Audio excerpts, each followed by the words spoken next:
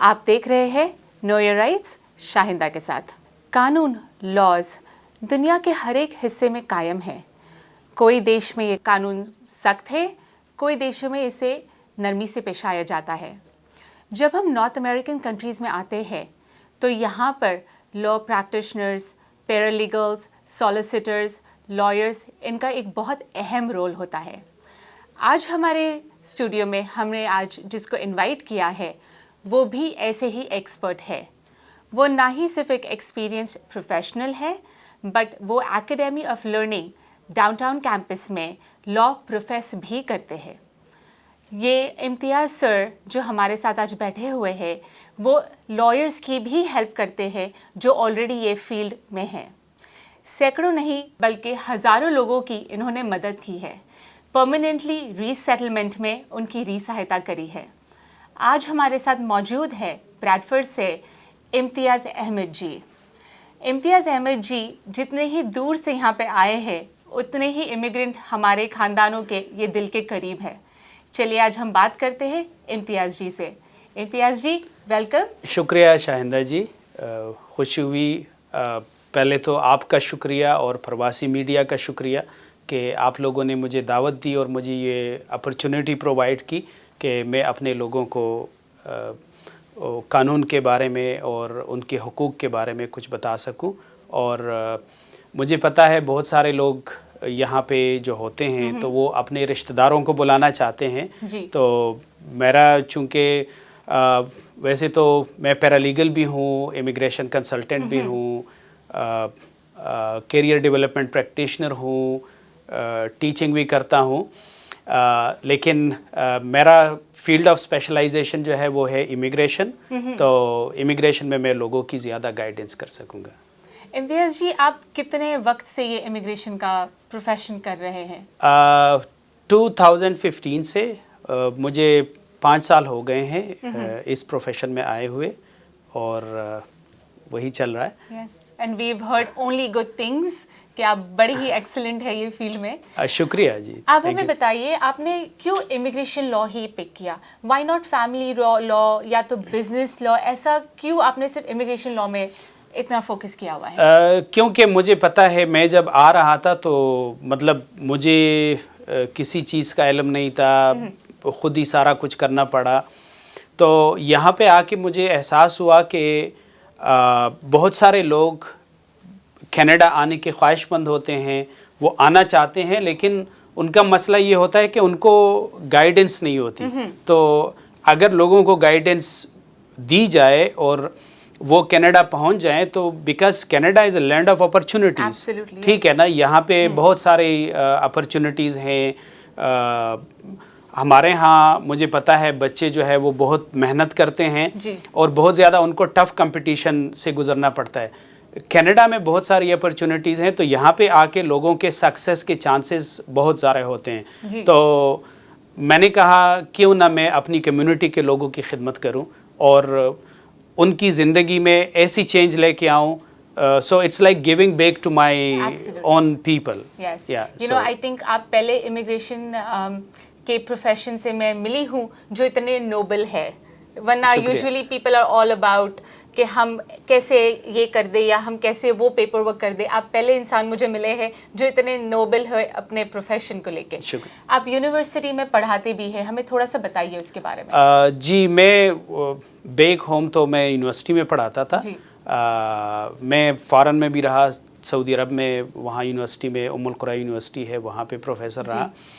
यहाँ पे आके मैं academy of learning career college है टोरंटो डाउनटाउन कैंपस में, वहाँ पे मैं इमिग्रेशन लॉ और पैरालीगल का प्रोफेसर हूँ और मैं उस प्रोग्राम का हेड भी हूँ। अरे वाह, तो मतलब उसको मैं हेड भी कर रहा हूँ। आपको सारी निटी-ग्रिटीज़ पता है, सब कुछ पता है बिल्कुल। यहाँ पे मैं कैरियर डेवलपमेंट प्रैक्टिशनर भी हूँ।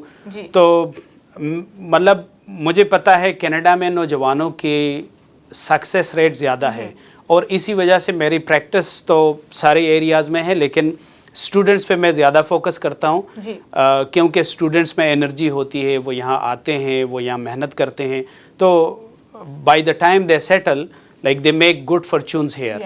तो और इसी वास्ते मैंने करियर डेवलपमेंट प्रैक्टिशनर का पढ़ा, ताकि मैं एक तो टीचिंग मेरा फील्ड है, मतलब एकेडमिक से मैं वैसे भी वाकिफ़ हूँ, लेकिन साथ में अगर वही जो स्टूडेंट्स यहाँ पे आते हैं उनको फिर गाइडेंस की ज़रूरत होती है कि कनाडा के जॉब मार्केट में किस तरह सेटल होना है, तो उसके लिए मैंने करियर डेवलपमेंट प्रैक्टिशनर का प्रोग्राम पढ़ा। और मतलब I believe that I can guide students like in a much better way than any other like education or immigration consultant. So what you're saying is ना ही सिर्फ आप उनके पेपर वर्क में या उनके इमिग्रेशन स्टेटस में उनकी मदद करते हैं, बिल्कुल, बट आफ्टर दैट आप ट्रूली उनके रीसेटलमेंट में भी उनकी मदद करते हैं। देखिए, स्टूडेंट्स जब यहाँ पे आते हैं तो उनका जो स्टेटस होता है वो टेम्पररी रेजिडेंट का होता है। तो टेम्पररी रेजिडेंस से उन्होंने कन्वर्ट होना है परमानेंट रेजिडेंस में, और इस दौरान में बहुत सारे स्टेप्स होते हैं जिसके अक्सर लोगों को पता नहीं होता। ठीक है ना, तो मतलब वहाँ से भी काम होता है, लेकिन यहाँ आके भी मतलब उनका काम शुरू होता है। क्योंकि यहाँ पे जो लोग पढ़ने के लिए आते हैं तो उनका अल्टीमेट एंड जो है वो ये होता है कि भाई किस तरह परमानेंट रेजिडेंस लीगल तरीके से। ठीक है ना, तो मतलब अगर मेरे क्लाइंट्स मेरे साथ इन टच रहें तो उनको ये फ़ायदा होता है कि हम उनको लीगल तरीके से गाइड करते हैं कि भाई आपने किस तरह आसानी से परमानेंट रेजिडेंट बनना है।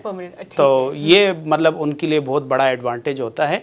और being career development practitioner, like their journey starts from there. जब मैं वहाँ से उनको गाइड करता हूँ, वो मुझे अपना डॉक्यूमेंट्स भिजवाते हैं, तो उनको पता नहीं होता कि कनाडा में जॉब मार्केट क्या है, कनाडा में किस किस्म के जॉब्स अवेलेबल हैं। तो being a career development practitioner, I can put them in a program that is good for them, like for in the job market, in the future, as well as that is good for them to like to permanently immigrate to Canada. Absolutely. So that is like what is my strong area. So you have a long-term goal plan for all your clients. Of course, yes. Absolutely. Yeah. आपका success rate आप कैसे कहेंगे, कितना है आपका success rate? देखिए शाहिंदा जी, बात ये है, मतलब मैं ये तो नहीं कहूँगा कि 100% है, लेकिन मेरा तरीक़ेकार ये है कि मैं, अव्वल बात तो ये है कि अगर कोई बंदा मेरे पास आता है, वो मुझसे मतलब अपनी इंफॉर्मेशन शेयर करता है, तो एक बात तो मैं आपको बताऊं कि कॉन्फिडेंशियलिटी बहुत इंपॉर्टेंट होती है। मैं कभी किसी के इंफॉर्मेशन दूसरे बंदे के साथ शेयर नहीं करता, उनकी कॉन्फिडेंशियलिटी का ख्याल रखता हूँ। दूसरी बात यह है कि जब मैं उनके इंफॉर्मेशन को एनालाइज करता हूँ तो मैं उनको ऐसे प्रोग्राम में फ़िट करता हूँ, ऐसे मतलब स्टडीज़ में या इमिग्रेशन में जो भी उनके एक्सपीरियंस और उनके क्वालिफ़िकेशन के मुताबिक वो फ़िट होते हैं, तो उधर उनको फ़िट करता हूँ।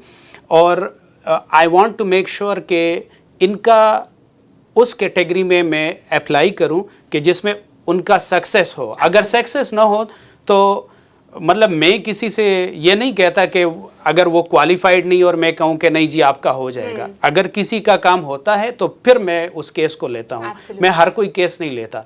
और इसी वजह से मेरा सक्सेस रेट जो है वो मैं समझता हूँ कि 100% है। क्योंकि अगर किसी का किसी वजह से लाइक समटाइम्स होता है कोई डिफिशेंसी हुई या मसलन कोई ऑफिसर इज़ नॉट सेटिस्फाइड, यही जनरल रीज़न होता है, तो like I advocate for my clients. ठीक है ना, so I reapply for them and I try to respond to all the concerns of the officers. ठीक है ना, and I want to make sure कि भाई ये केस जो है ना सक्सेसफुल हो। तो मेरा कोई केस जो है वो अनसक्सेसफुल नहीं होता। मतलब मेरी डिक्शनरी में जो है ना अनसक्सेसफुल का लफ्ज़ नहीं है, उसमें देर सवेर हो सकती है। मसलन एक बंदे को मैंने कहा कि भाई आपका सपोज 3 महीने में प्रोसेस हो जाएगा, तो वो 6 महीने तो ले सकता है, लेकिन ये नहीं होता कि वो नहीं होगा, वो होगा। आप देख रहे हैं नो योर राइट्स शाहिंदा के साथ। हम वापस आएंगे बहुत ही जल्द इम्तियाज़ जी के साथ।